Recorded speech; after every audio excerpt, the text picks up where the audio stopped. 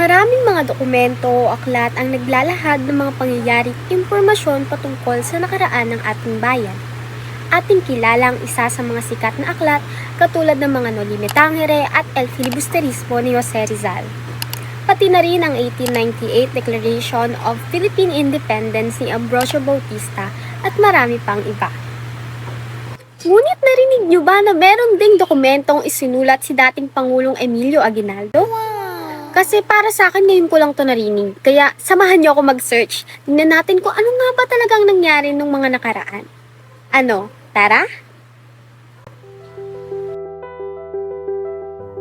Si Emilio Aguinaldo ay kilala bilang isang estadista, revolusyonaryo at pinuno ng militar ng Filipino Revolutionary War na nakipaglaban para sa kalayaan ng bansa noong panahon.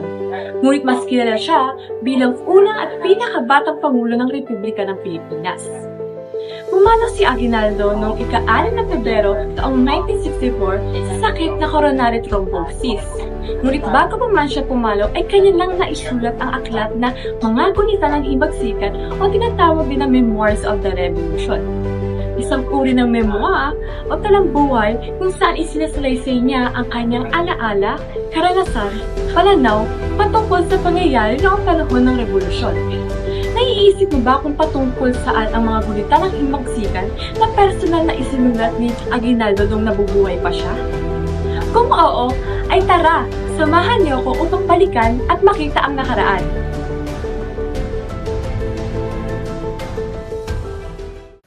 Pagbati, narinig kong nais niyong bumalik sa nakaraan upang malaman ang dahilan kung bakit isinulat ni Aguinaldo ang aklat na ang mga gunita ng himagsikan. Tama ba ang aking pagkakarinig? Kayo'y akin kong papayagan. Ngunit, kailangan niyo muna marinig ang aking paalala bago kayo magtungo roon. Kailangan niyo muna mabatid kung ano ba ang mga makasaysayang konteksto ng dokumentong nais niyong malaman. Ang mga gunita ng himagsikan ay ang mga personal na tala o memoir na isunulat ng unang Pangulo ng Pilipinas na si Emilio Aguinaldo. Ito ay sa pagitan ng taong 1928 at 1946 at ito ay patungkol sa mga kaganapang kanyang naranasan noong panahon ng revolusyon. Ang unang volume ng isinulat niyang memoir ay sumasaklaw sa kanyang buhay mula sa kapanganakan niya noong taong 1869 hanggang sa kasunduan sa Biak na Bato noong 1897. Ang ikalawang volume na maaaring isinulat din ni Aguinaldo ayon sa historiador na si Mbet Ocampo ay sumasaklaw sa pagpapatuloy ng paglaban ng Pilipinas sa Espanya at ang digmaang Pilipino-Amerikano na nagpapatibay sa dokumento bilang mahalagang primaryang sanggunian ng kasaysayan ng Pilipinas. Sinulat ni Aguinaldo ang gunita ng himagsikan batay sa kanyang tala-arawan, mga iningatang mahalagang dokumento, mga alaala at mga kwentong ipinasa ng kanyang mga nakatatandang pamilya na naglalayong itama ang ilang maling akala o pananaw tungkol sa pinagmulan at pangyayari sa revolusyon. Noong taong 1964 ni Aguinaldo na pagpasyahan na ilathala ang mga gunita ng himagsikan. Taong 1967 naman isinali ni Dr. Luz Colondrino Buco ang kalihim ng Graduate School of Education at faculty member ng University of the East ang aklat sa Ingles na tinawag na Memoir of the Revolution. Ngayong inyo nang naunawaan ng konteksto ng aklat, ipababatid ko lamang din sa inyo na bago kayo tumungo roon ay ang inyong mga maririnig na buod ng kwento ay maaaring hindi buo o may kulang. Sa kadahilan ng ang unang volume lamang ng aklat ang opisyal na inilathala ni Aguinaldo. Ito ay simula sa unang bahagi ng kanyang buhay hanggang sa kasunduan sa Biak na Bato. At dahil inyo nang alam ang mahalagang impormasyon na ito, kayo na'y maaaring bumalik sa nakaraan upang makilala si Emilio Aguinaldo.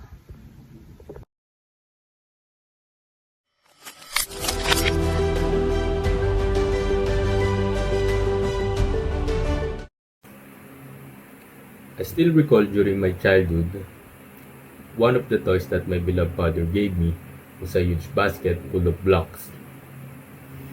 These blocks were of different colors, and on each face was written a letter. My father had two motives in giving them to me. First, that I may have something to play with, and second, to arouse my interest in the rudiments of learning, particularly in the alphabet.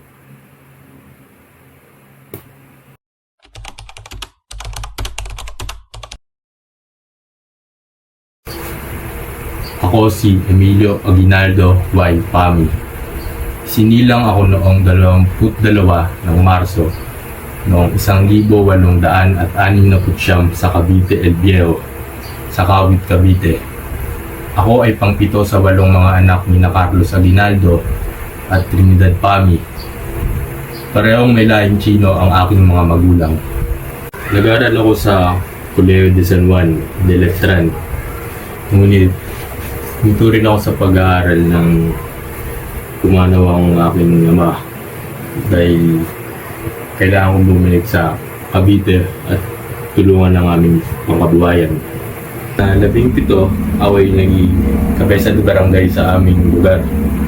Kalaunan din ay ako ang naging kauna-unahang kapitan municipal sa Kawit sa ilalim ng bagong batas ng Espanya noong taong 1895. Dito na nagsimula lumawak ang aking influensya sa lokal na pamahalaan.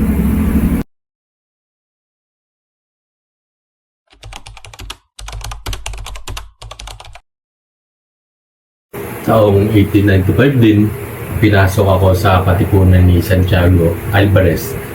Noong gabi ng aking pagsali sa aking inistalasyon ay dinala ako sa bahay sa Binondo, kung saan ako ay sumailalim sa mga pagsubok at ang pamosong makikipagsandugo. Tapos matanggap, pinili ko ang nom de guerre na magdalo bilang aking parangal sa patron sa aming bayan na Santa Maria Magdalena. Bilang kapitan municipal, ginamit ko ang aking mga koneksyon upang palihim na umanap ng mga bagong miyembro ng katipunan. Naging mabilis yung paglago ng samahan sa aking dalawigan dahil sa laki ng koneksyon ko sa mga lokal na lider. Hindi lamang dahil sa armas kaya ako may otoridad, kundi dahil din sa aking legal na posisyon at impluensya sa gobyerno.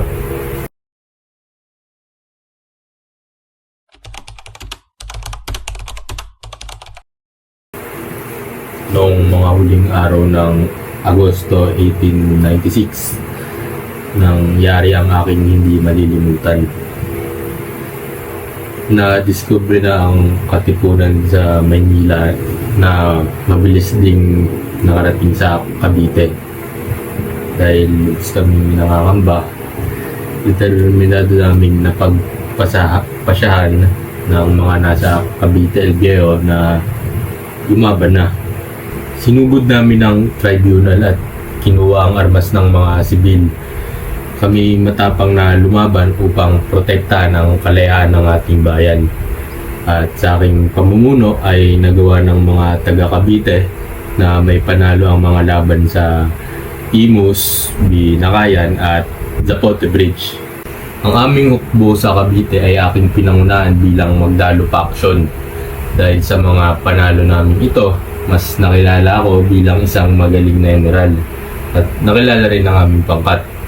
Ngunit nagdulot ang mga pagkakilala na ito ng tensyon sa pagitan ng aking paksyong Magdalo na pinangungunahan ni Baldomero Aguinaldo at paksyong Magdiwang na pinangungunahan ni na Mariano Alvarez at Andres Bonifacio.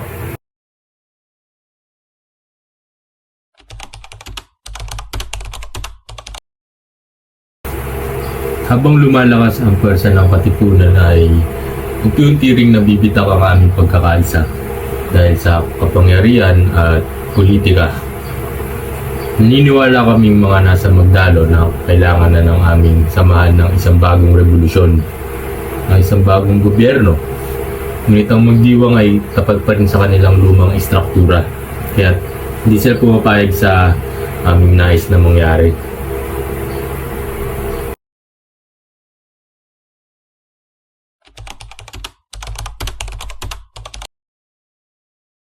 Nagpatuloy ang hidwaang ito hanggang Marso taong 1897. Nagkaroon ng pagpupulong sa Teros. Hindi ako nakadalo sa padahilan ng nasa gitna ako ng labanan sa Pasong Santol. Pero doon ko na lamang nalaman na ako pala ay hinalal bilang Pangulo. Ang desisyon na ito ay hindi nagustuhan ng grupo nila Bonifacio. Siya ay tumutol sa resulta. Hindi siya pumayag sa makabagong revolusyonaryong gobyerno na aking nais pangunahan. Hindi ko ito nais gawin. Ngunit dahil sa desisyon ng Konseho Militar, kinakailangan may sakripisyo upang hindi mahati ang lakas ng hukbo.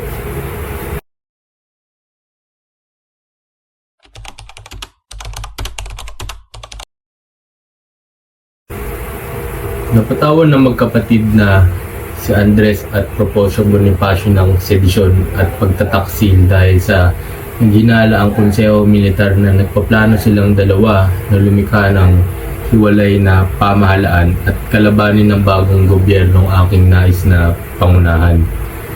Ito'y itinuring at nakita nilang banta sa pagkakaisa ng himagsikan. Aking binigyan ng resistensya na paalisin at ipatapon na lamang ang magkapatid na Bonifacio. Ngunit ito rin ay napawalang bisa dahil sa kapaboran sa pagbitay.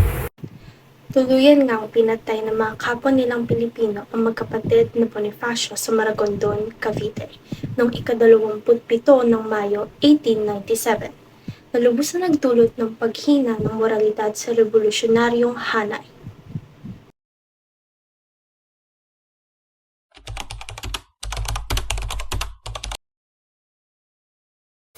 Dumating ang mga Kastila sa Cavite sa ilalim ni Gobernador Prima de Rivera. Simula nang sila'y dumating ay walang humpay na ang pagsunod ng kanilang mga kampi na nagtulak sa aming palabas ng Cavite. Dahil dito, napilitan kaming lumipat sa Bulacan, sa kabundukan ng Biak na Bato. Dahil ito ay isang matibay na kuta. Napansin ko ring pagod na ang aking ugbot. Paubos na ang aming mga bala. Hanggang sa may nangyaring negosasyon sa pamamagitan ni Pedro Paterno. Nilagdaan namin ang kasunduan sa Biak na Bato noong ika-14 hanggang 15 ng Disyembre taong 1897. Ito ay sa pagitan ng mga revolusyonaryong Pilipino at sa aking pamumuno at ng pamamahalang Kastila na kinatawan ni Gobernador General Fernando Primo de Rivera. Nilayo ng kasunduang ito na pansamantalang ititigil ang labanan. Ngunit, magpapatapon ako sa Hong Kong kapalit ng bayad, pinsala at reforma. Pumayag ako dahil ako'y naniniwala na magagamit namin ang mga perang kanilang ibibigay upang bumili ng mga armas na aming magagamit pagbalik upang tuluyan ang tapusin ang laban para sa kalayaan. Naniniwala ako. Ngunit,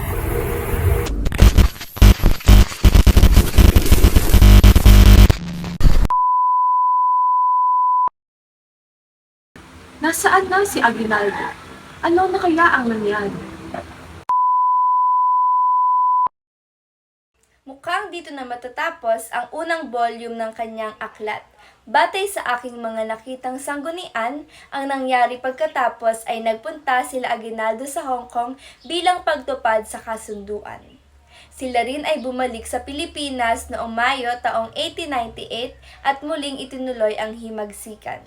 At noong ika-12 ng Mayo taong 1898, nila idineklara ang paglaya ng Pilipinas mula sa pananakop ng Espanya.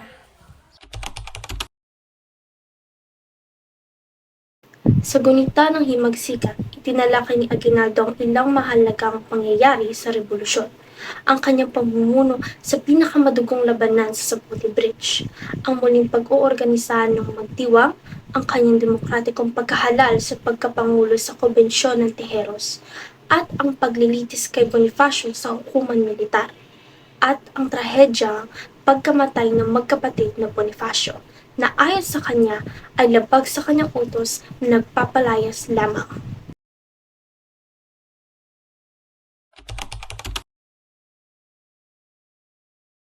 Para malaman kung saan tayo nanggaling at maiwasan ang pagkakamali ng nakaraan.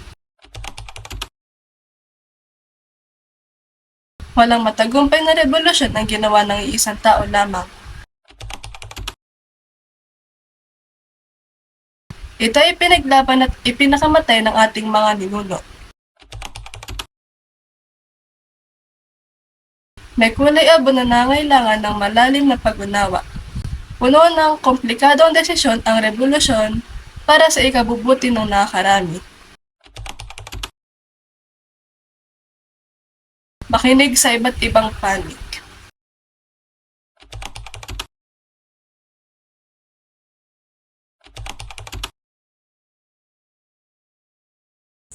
Ang kontribusyon ng dokumento sa kasaysayan ng Pilipinas. Unang-una ay dahil isinulat ito ng Pangulo ng Unang Republika.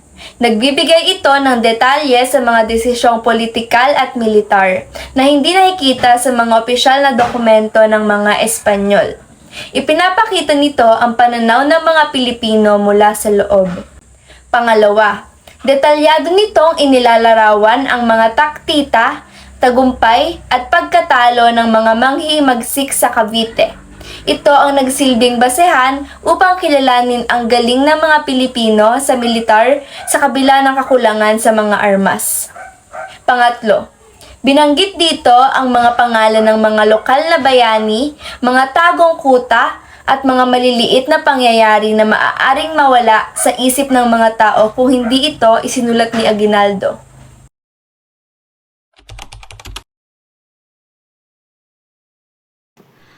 Ang gunita ng himagsikan na isinulat ni Emilio Aguinaldo ay mahalagang dokumento dahil isa itong primary source tungkol sa himagsikang Pilipino. Ipinapakita nito ang kanyang personal na karanasan at pananaw bilang leader ng revolusyon. Kaya mas nagiging malinaw at buhay ang mga pangyayari sa kasaysayan. Mahalaga rin ito sa paghubog ng kasaysayan dahil tumutulong itong maunawaan ang mga desisyon at pangyayari noong himagsikan. Gayunpaman, dapat tandaan natin na may posibilidad itong maging bias. Kaya kailangan natin itong ihambing sa ibang sources para sa mas balanseng pag-unawa. Dagdag pa rito, nakakatulong ang dokumentong ito upang mas mapahalagahan ng mga Pilipino ang pinagmulan ng ating kalayaan. Sa pagbabasa nito, mas nauunawaan natin ang sakripisyo at pakikibaka ng mga revolusyonaryo na nagbibigay inspirasyon sa kasulukuyang henerasyon na nagpapahalaga at ipagpapatuloy ang diwa ng nasyonalismo.